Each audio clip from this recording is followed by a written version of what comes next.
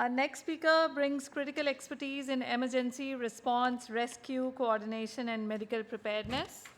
Dr. Kimberley Chawla is the medical director at East West Rescue and Medical Assistance and has extensive experience in emergency medicine, rescue systems, international medical assistance, and remote area preparedness. Over the years, she has worked closely with travel, rescue, and emergency response ecosystems, helping strengthen medical preparedness frameworks for high-risk and remote operations. Today, she will speak on first aid, medical preparedness, and international insurance. Ladies and gentlemen, please welcome Dr. Kimberley Chawla.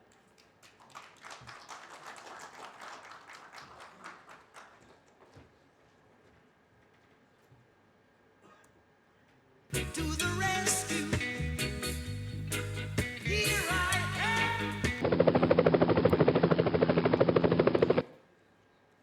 Okay, good evening, everyone.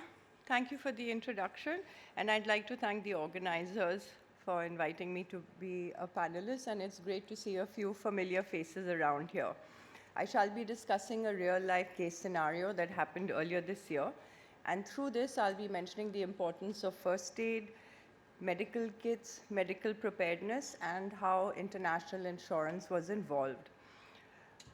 I'm going to have to cut it short because Ajit has mentioned a lot, Colonel Jamwal has mentioned a lot, so a lot of things I was going to mention, they've already mentioned, and it's good to know that everyone's on the top of their game when it comes to adventure, sport, and safety issues.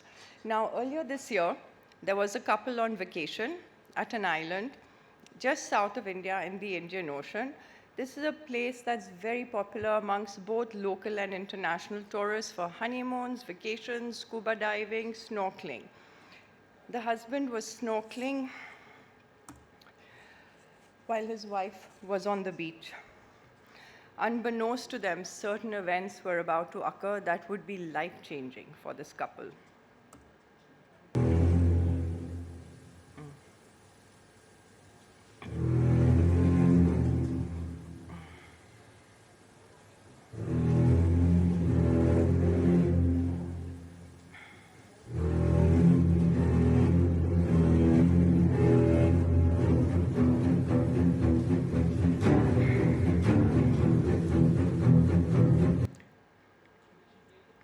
A shark attacked this gentleman and bit his legs.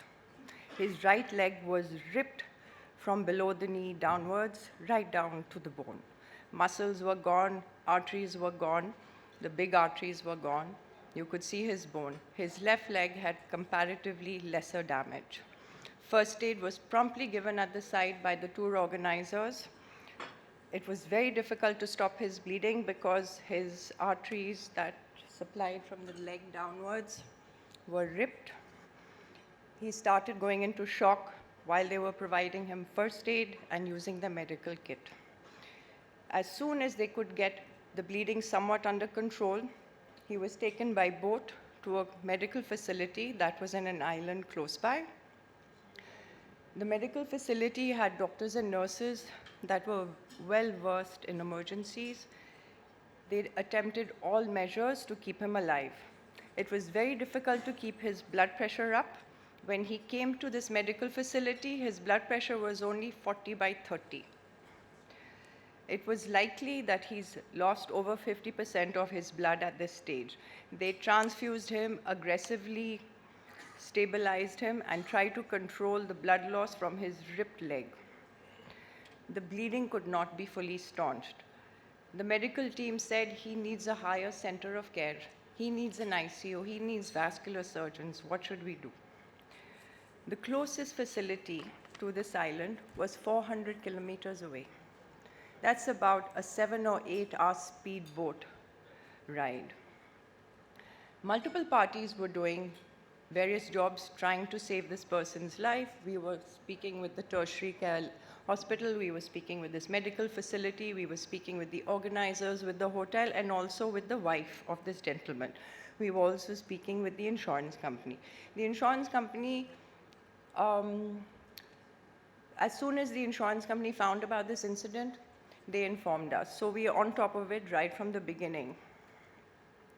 Now, Before I get to what happened to this patient, I would like to mention that the family of this patient has lodged a complaint against the organizers of the group for negligence. This is currently being investigated. The subsequent slides I'm going to be discussing are our assumptions. We have not been in touch with any of the involved parties because it's now taken a legal route. So we just want to be unbiased. So whatever you hear now is our assumptions from certain events that we were involved in. I'm going to be backtracking and going back and forth so that you know the importance of first aid. And as Ajit, he's disappeared. As Ajit said, they do first aid training, they hold refreshers, they run practice drills. It's very important. So regarding first aid, it's absolutely essential that everyone should have first aid training, CPR. As Weber mentioned, carrying an AED is a go-to thing now. It didn't used to be 20, 30 years ago. If you can have an AED with your medical kit, all the better. You should at least have your refresher training every 2 years. Whenever it's off-season in your company, please practice drills. Use your imagination so that you can create all these scenarios. Your training should also let you figure out, or your staff or your team figure out, oh, this person's drowsy. Is he diabetic? Because I actually took his medical information before he came on the trip. Has he taken recreational drugs? Is it an older person who is dehydrated and his electrolytes are down? Is that why he's dopey and mumbling around? So being trained in first aid would teach you how to recognize certain things. Newer problems due to newer medications do occur. I know a lot of travelers, adventure tourists do get vomiting and they do get diarrhea. But a lot of people are now taking injectable drugs like Ozempic and Mounjaro. They often get vomiting and diarrhea the first day or the second day of taking this. Your team should have this information on the medical form that you have taken from them. So then you know, oh, it's not food poisoning. I don't need to start the person on antibiotics. I just need to keep him well hydrated. It's most likely due to the medication. As the lady before me, Komal, she mentioned about Americans suing and all. That mentality is also present in Indians, but as you all often have foreigners.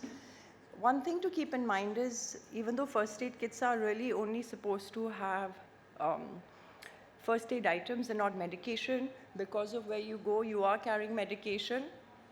So to protect yourselves, it's always good to put your Crocin, your Dolo, your Combiflam on a table and ask the person to take it.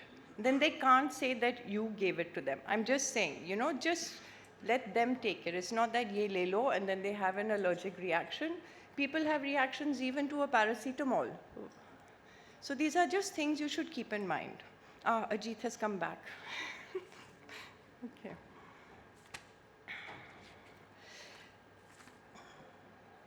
Now I'm going to discuss various scenarios. Again, please note, these are my assumptions. These are the scenarios that we think the guides, the first aiders, the medical team, the hotel perhaps thought as a part of their medical response plan or their medical preparedness plan.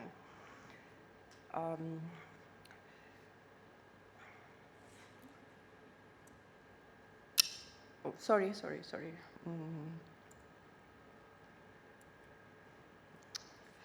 How do I reverse?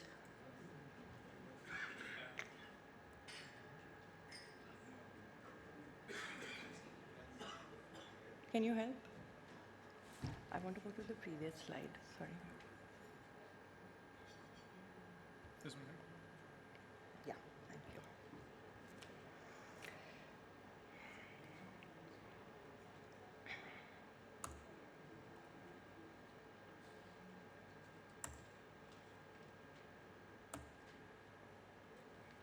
I'm sorry.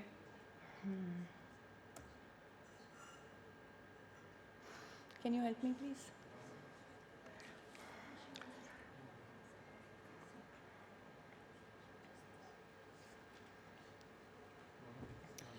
There is a sound on this. What do I make? I have to click.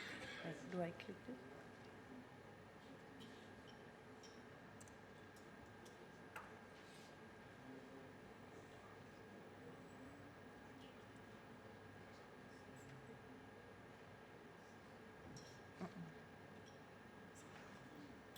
Earlier it was playing, right?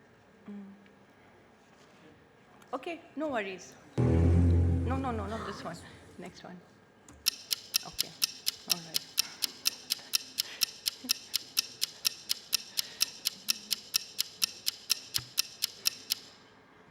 Okay, time's running out. This chap's bleeding. He's on the beach. They're trying to stem his bleeding. Decisions need to be made quickly. The first aiders or the guides pulled him out of the water, tried to stem the bleeding. As soon as they stopped the blood from spurting from his legs, they carried him onto a speedboat, quickly took him to a medical facility at an island that was nearby. Now, my assumptions are there were perhaps many plans for certain situations like this. Plan A, take the patient to the closest medical facility, stabilize, take him by speedboat to a bigger facility.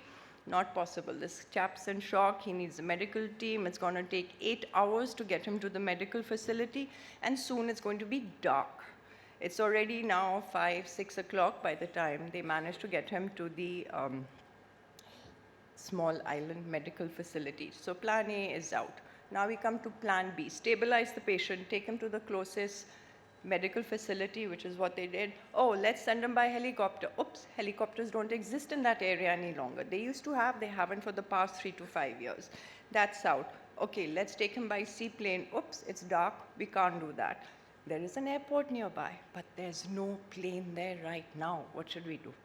Plan C, okay? Plan B is out. Plan C is the one they actually ended up doing. Patient was stabilized as much as possible in the medical facility. They called for an air ambulance from the main island. Now, for any aircraft to come to move a patient, you have to fill a lot of paperwork. There's a lot of legal paperwork, waivers and all to be signed. The aircraft will only really leave once all that documentation has been provided. It's at least a 1-hour flight. Anyway, the flight finally arrives 8 or 9 in the evening.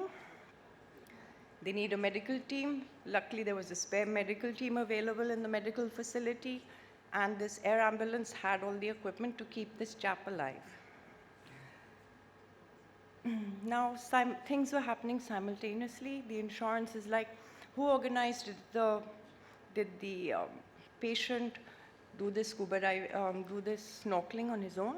Did the hotel organize it? Did the tour operator organize it? If the tour operator organized it or the hotel organized it, give us their brochure. Do they have insurance for this? Who's paying for the air ambulance? Even though this gentleman had high coverage, the insurance still wanted to know why they don't want to make a double payment.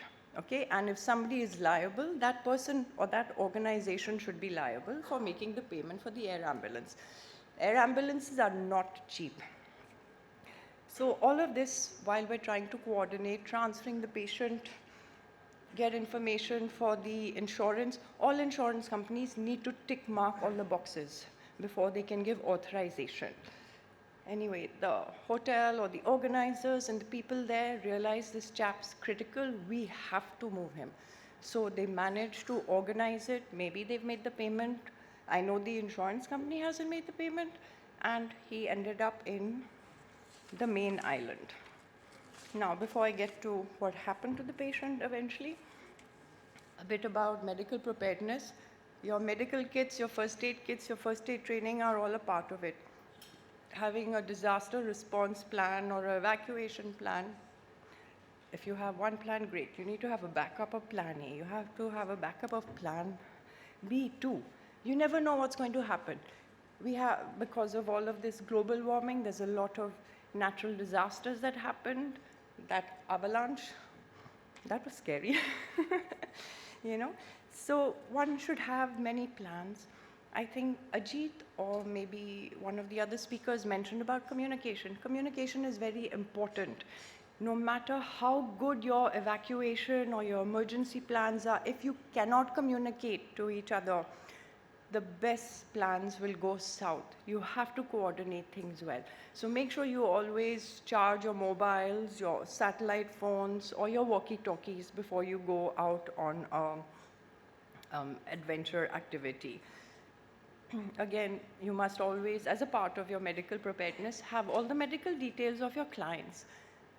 We are noticing that there are more and more older adults are now traveling. There are people in their 60s, 70s, 80s, and 90s who are traveling. It used to be a lot of younger people, but now there's a lot of older people.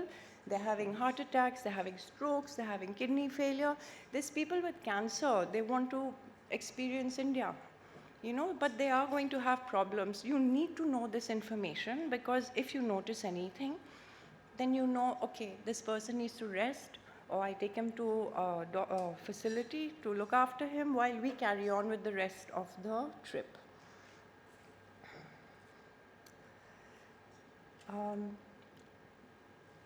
I think it was Claire who mentioned about data security and data. India now has DPDC, the Data Protection Confidentiality Rules, which has been in Europe and the US for decades, or 15 years or so.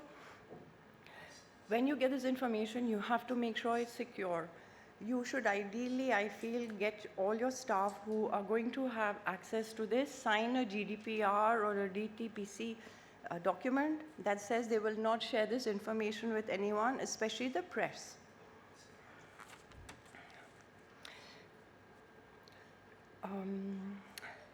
Now I shall mention what happened to the patient. I'll just start from the top.